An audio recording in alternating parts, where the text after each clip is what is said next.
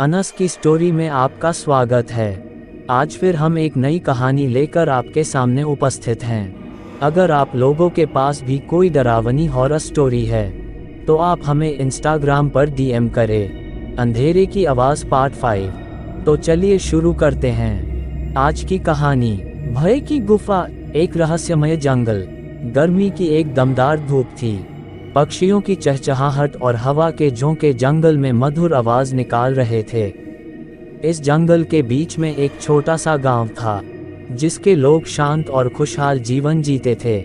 गांव के पास एक घना जंगल था जिसे लोग खूनी गुफा के नाम से जानते थे। इस जंगल में जाने की हिम्मत कोई नहीं करता था क्योंकि यह अंधेरे और रहस्यों से भरा हुआ था।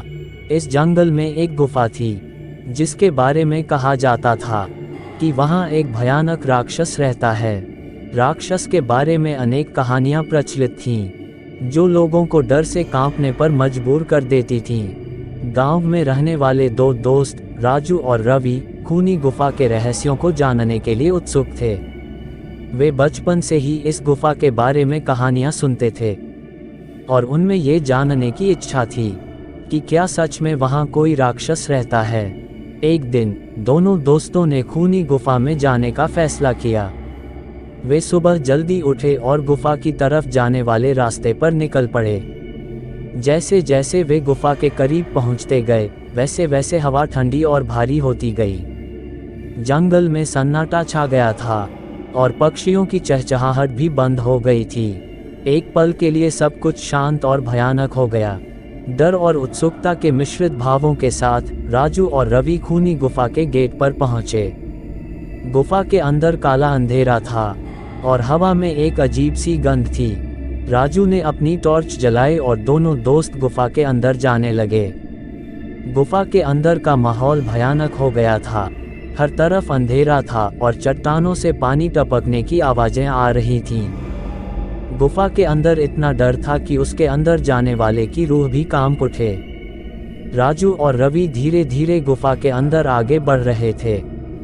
तभी उन्हें एक अजीब सी आवाज़ सुनाई दी। यह आवाज़ किसी के रोने की तरह थी। आवाज़ की तरफ बढ़ते हुए वे एक बड़े कमरे में पहुंचे।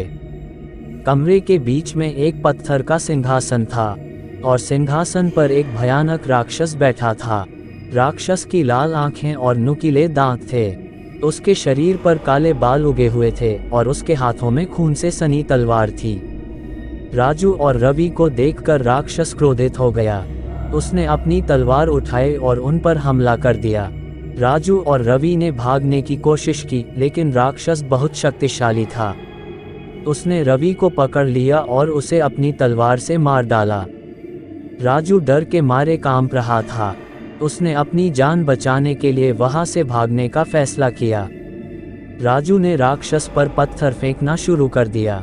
राक्षस घायल हो गया और क्रोध से और भी भयंकर हो गया। उसने राजू पर हमला किया लेकिन राजू ने बहादुरी से उसका सामना किया। उसने राक्षस को गुफा की दीवार पर धक्का मारकर वहां से भाग निकला। राजू ने बड़ी मुश्किल से अपनी जान बचाई लेकिन अफसोस रवि मारा गया था। राजू वापस गांव चला गया और फिर कभी उसने उस गुफा में जाने के बारे में नहीं सोचा। गांव लोग कहते थे कि गुफा के अंदर रहने वाला राक्षस खून का प्यासा है। जो भी उस गुफा के अंदर जाता है राक्षस उसे मार डालता था।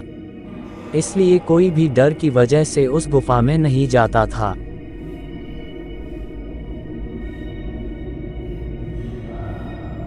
अगर आपको वीडियो अच्छी लगी हो तो प्लीज़ वीडियो को लाइक करें और चैनल को भी सब्सक्राइब करके बेल नोटिफिकेशन को ऑल पर प्रेस कर दें। Thanks for your watching.